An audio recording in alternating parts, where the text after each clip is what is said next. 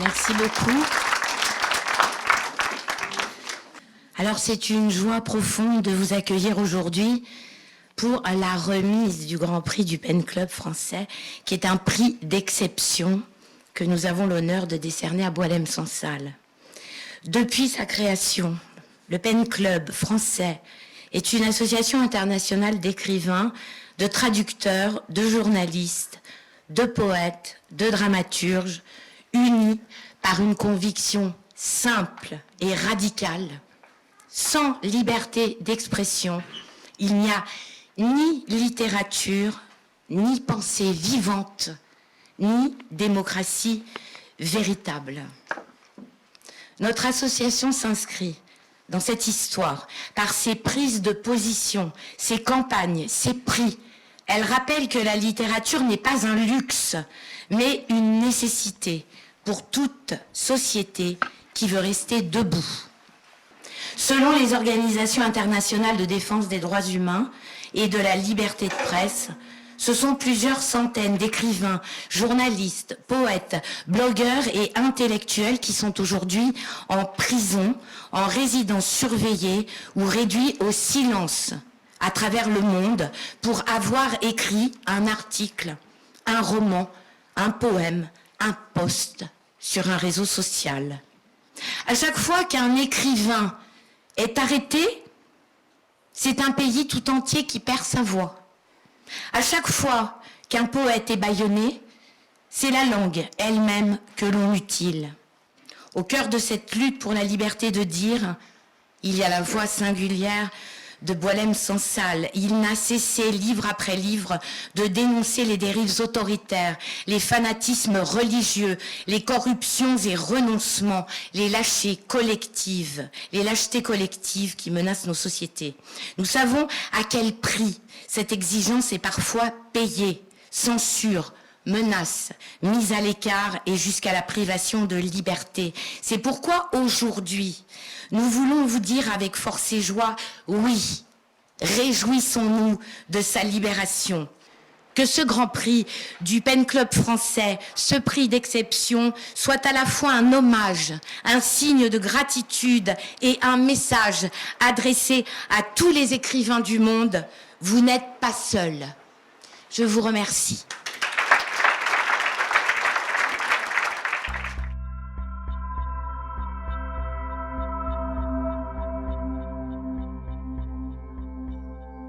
Bon, bah, écoutez, chers amis, c'est vrai que quand on s'est associé à cette très heureuse initiative du Pen Club, nous ne pensions pas forcément que l'issue favorable que nous connaissons depuis maintenant 48 heures serait là pour couronner cette cérémonie.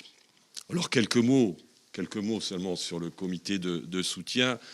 Dès que nous avons appris l'arrestation de Boualem-Sansal, il ne nous a pas fallu 24 heures pour nous mobiliser internationalement, nous mobiliser au niveau européen et nous mobiliser bien évidemment au niveau français pour mettre en place une structure qui était une structure de combat, comme doit l'être un comité de soutien. Quelques mots rapides, c'est évidemment pour nous un immense soulagement, un immense bonheur que de savoir aujourd'hui Boualem-Sansal sur le sol européen.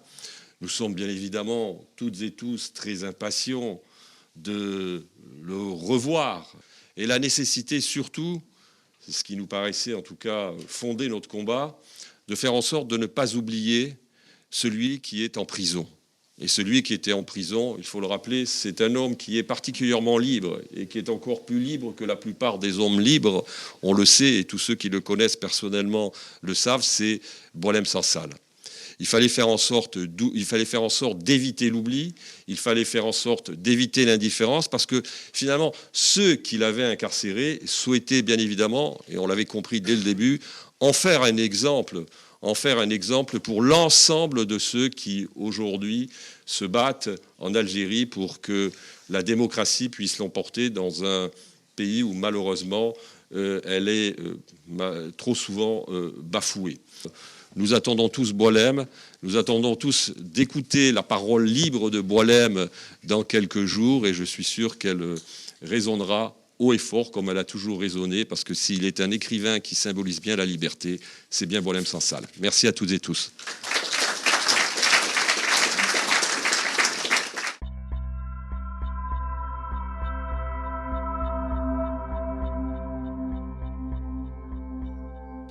Lorsque nous avons appris la libération de Boualem Sansal, nous avons voulu mettre une banderole sur notre site. Cette maquette, elle portait son portrait et à côté, il y avait marqué « Enfin libre ». Non, pas « Enfin libre », libre. Il a toujours été libre, n'est-ce pas? Et c'est bien sa liberté qui lui a causé autant de problèmes. C'est aussi finalement cette façon de détester le mensonge, n'est-ce pas?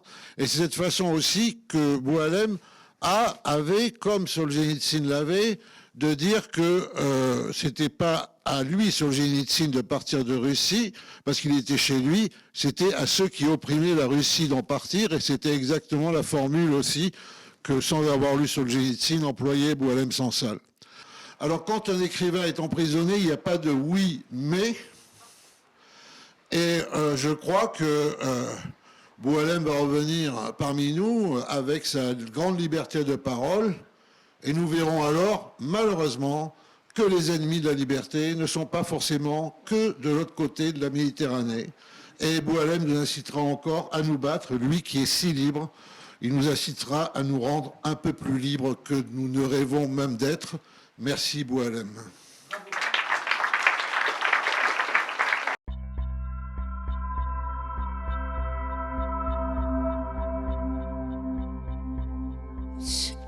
Dès qu'on a appris que Boualem était emprisonné, le fait d'avoir dû se battre contre vents et marées, les adversaires habituels de la liberté, évidemment, Jean-François parlait de Solzhenitsyn, on est au Pen Club, il y a eu en Amérique du Sud, dans les années 70-80, pour les plus anciens, nombre d'intellectuels, écrivains, journalistes. Il y a eu André Brink et tous ceux qui luttèrent contre l'apartheid. Il y a eu évidemment la Charte 77, Solidarność, Sakharov, Solzhenitsyn. Ça, c'était l'évidence. Et puis, Boualem a dit son désir de retrouver rapidement ses proches, ses amis, ses soutiens, et il a dit également qu'il souhaitait poursuivre le combat pour la liberté. Et effectivement, le combat de Boualem nous oblige incarcérés et maintenant libérés. Merci de votre soutien.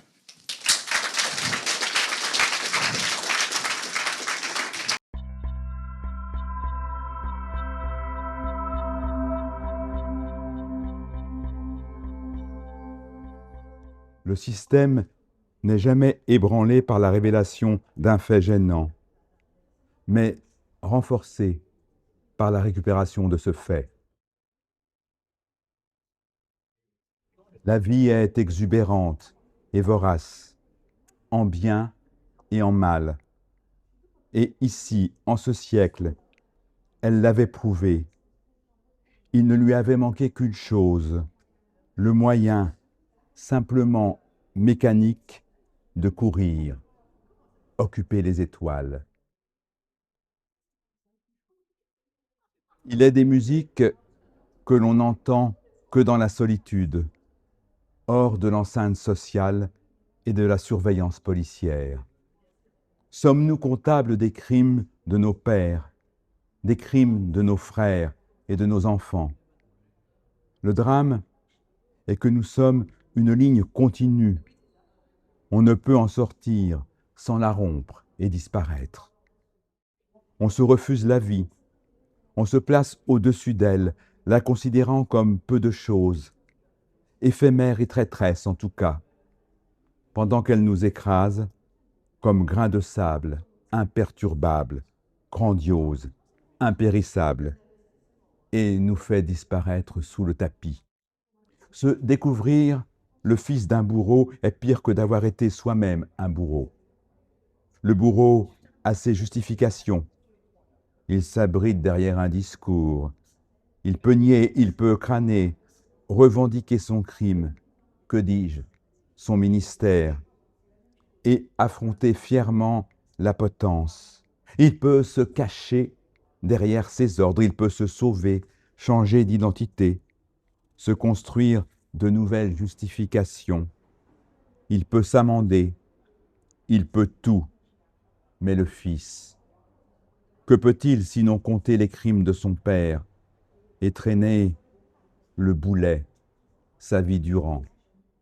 Il retrouvait ce paradoxe qu'il avait souvent chatouillé.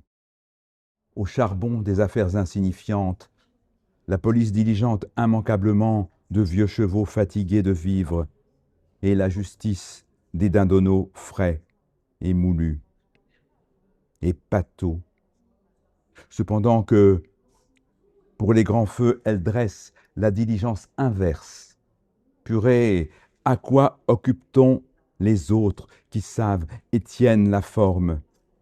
Il y a dans cette distribution, dans ces duos judiciaires, dans ce parti pris, quelque chose qui ressemble à un mystère. On est toujours enclin à encenser les vieux sur leur bonne mine et à penser que leur vénérable blancheur est construite sur une vie sans tache. C'est à peine si on admet qu'un jour ils sont nés, qu'ils ont vieilli au fil du temps, beaucoup fricoté avec les 99 péchés mignons et pas mal rêvé aux 7 plus grands crimes. Affranchis du réel, nous ne sommes que le reflet de nos rêves. C'est peut-être une forme de bonheur que d'exister sans avoir à vivre. Sans les enfants, la pauvreté n'est que misère, une effroyable douleur à vivre dans le silence et le remords. Plus que de pain, les pauvres ont besoin d'enfants.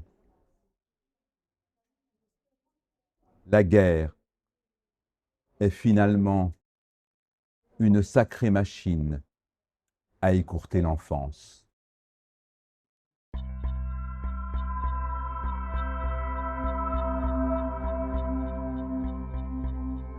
C'est pas grave. Ce 15 novembre qui clôt une semaine mémorielle du 11 novembre dans toutes les familles de notre beau pays, on a pensé à ceux qui sont tombés lors de l'horrible guerre ravageuse qui a porté un coup mortel à l'Europe, dont rêvaient nos pères et aïeux humanistes, après Victor Hugo, Émile Zola et Jean Jaurès.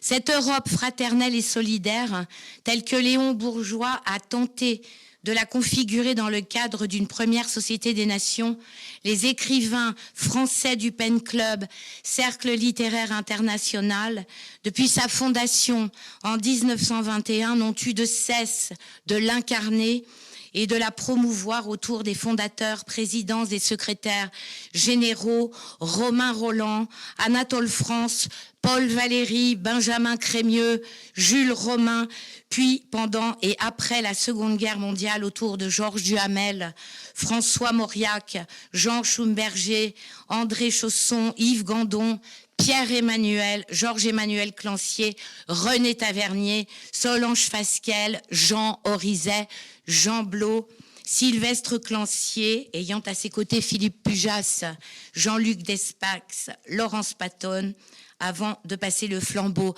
à Antoine Spire, qui est dans cette salle et que je salue très chaleureusement.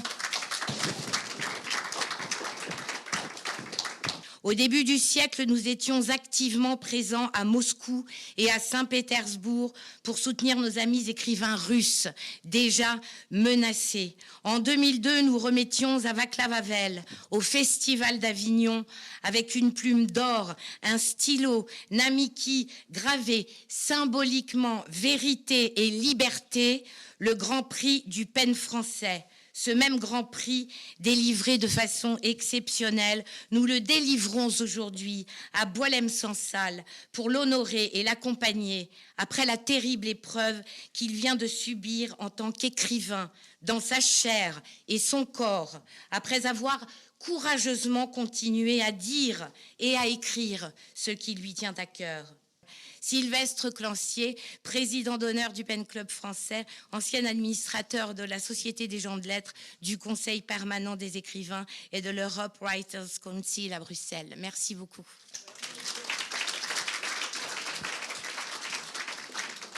Voilà.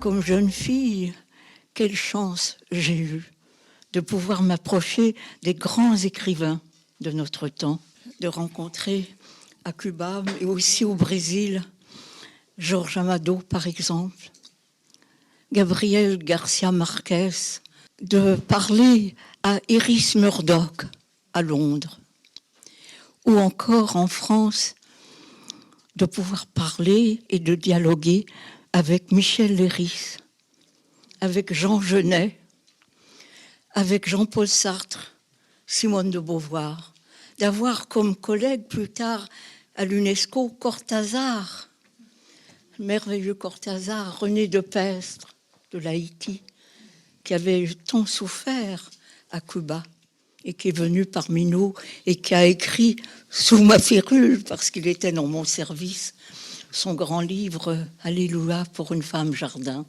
qui a reçu le Renaudot. Quelle chance surtout de pouvoir travailler avec le Pen Club. Et je veux rendre hommage au Pen Club international, mais aussi au Pen Club français, parce que je les ai accompagnés dans tous leurs travaux, et surtout pour les écrivains attaqués, notamment Salman Rushdie. J'ai rencontré à cette époque Harold Pinter, qui, avec Jean Blot, ancien collègue et ami, se sont battus.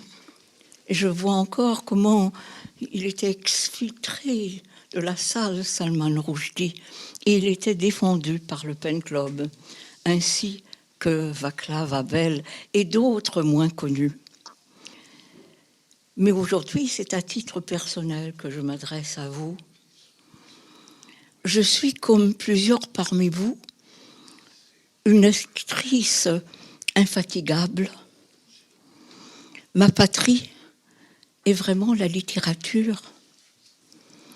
Que nous apporte la littérature? Quelle est-elle pour vous et pour moi? Elle est une vie augmentée. Elle est aussi l'ébranlement de l'être. Elle est aussi la connaissance de la douleur, la connaissance de la joie. Elle est aussi le chemin vers la liberté. Petit à petit, depuis mes 6 ans, depuis vos 6 ans, quand les livres se sont mis à lire, à vivre devant vous. J'ai eu la chance dans ma vie, pendant 30 ans, d'être l'amie jusqu'à sa mort de Simone de Beauvoir. Dans cette conversation ininterrompue avec elle, nous avons beaucoup parlé de la liberté singulière pour chacun de nous, mais aussi de la liberté collective, de la liberté des femmes, mais aussi de la liberté des hommes, car Simone de Beauvoir était universelle, elle avait un esprit universaliste. Elle était, après tout, faut-il brûler Sade? Et Simone de Beauvoir, comme Boualem-Sansal, mais surtout, pour l'instant, Boualem-Sansal, c'est pour nous la liberté d'expression, le ferment de la démocratie. C'est ce que nous devons défendre toute notre vie. Merci.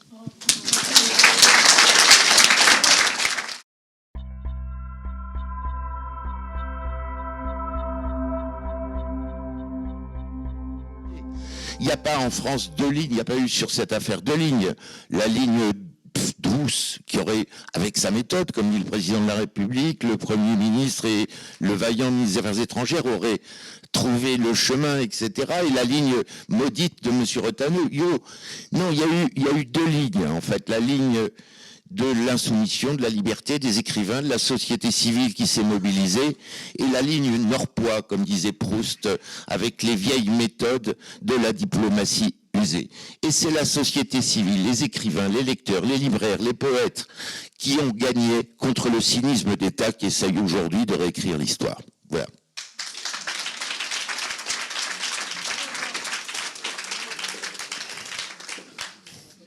Parce que je suis d'accord avec lui, je vais dire l'inverse. Bien sûr qu'il y a eu les affreux, mais les affreux font naître les gentils. Et bien sûr que vous avez eu raison, il y a tous ces motifs d'amertume très profonds, mais tout ça a fait naître des gentils. Et aujourd'hui, en venant, j'ai eu au téléphone la femme que j'aime au Canada. Elle m'a dit « Soyez fiers, dis-leur, soyez fiers ». Il y a eu une grande famille qui est née. Il y a eu des coups de fil tard le soir. Il y a eu des tentatives. Il y a eu des moments d'amertume. Mais il y a eu une famille qui est née. Et quand dans un pays, une famille naît, tout renaît. Tout renaît. Parce que bien sûr que dans l'indignité, tout ce que tu as dit, il y a quand même eu des gentils. Les affreux font naître les gentils. C'est toujours comme ça. Et il se trouve qu'il y en a pas mal dans la pièce, des gentils. Et Boualem va revenir. Est-ce que vous imaginez avec quelle puissance il va être écouté dans le monde entier? C'est un vrai gentil. C'est un vrai tendre. C'est un chevalier de la tendresse. Est-ce que vous vous rendez compte que de tout ça naît... Tous les affreux lui ont donné un pouvoir symbolique, un pouvoir de parole dans le monde entier. Ça veut dire que les gentils sont en train de gagner. Tous les régimes les plus abjects, les plus épouvantables, on parlait, Kamel, des 250 en Algérie qui sont enfermés. Vous avez évoqué en Tunisie. Mais à un moment, on va retourner tout ça. Parce que ça commence toujours par un club de gens gentils. Et un jour, j'ai pris conscience de quelque chose et je voudrais vous le dire. Alors d'abord, Boualem va arriver. Les gens vont l'écouter. Et je ne le connais pas. Ce n'est pas un ami. Mais j'ai tellement lu, tellement écouté, je vous ai tous tellement écouté, que je me doute bien qu'il ne va pas mettre sa langue dans sa poche. Il ne va pas devenir brutalement un inerte. Ce n'est pas totalement le genre de l'animal. Donc, il va y avoir une vague. Il va dire des choses qui vont être entendues dans le monde. Il va y avoir un moment de grâce, d'écoute. Je ne peux même pas imaginer qu'il ne l'utilise pas. Parce que c'est un grand homme.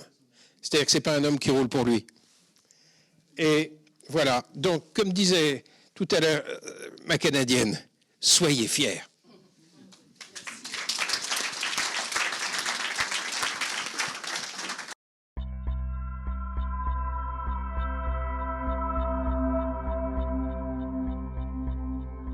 Je ne vais pas vous torturer avec mon français certain, très longtemps.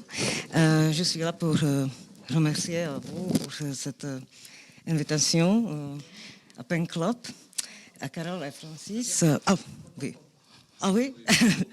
Je m'excuse, je ne suis pas habituée publiquement à se présenter comme ça.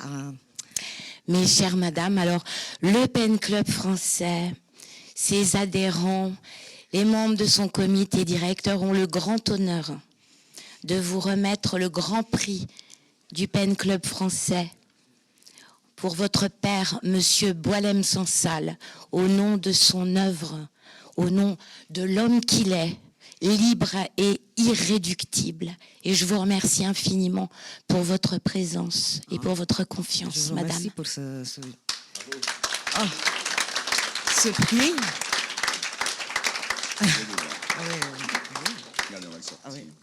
On va sortir. J'espère que j'aurai l'occasion de lui transmettre le prix bientôt. Nous espérons qu'on aura l'occasion de se retrouver ici avec lui. Bien sûr. Oui, je vous remercie beaucoup et aussi à tous qui ont déployé tant d'efforts pour sa libération.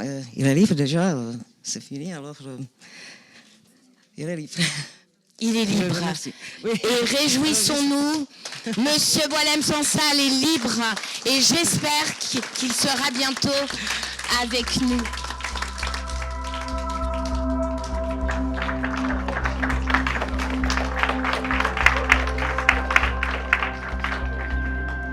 Et puis merci à vous toutes et tous pour votre présence. Merci beaucoup. Bravo.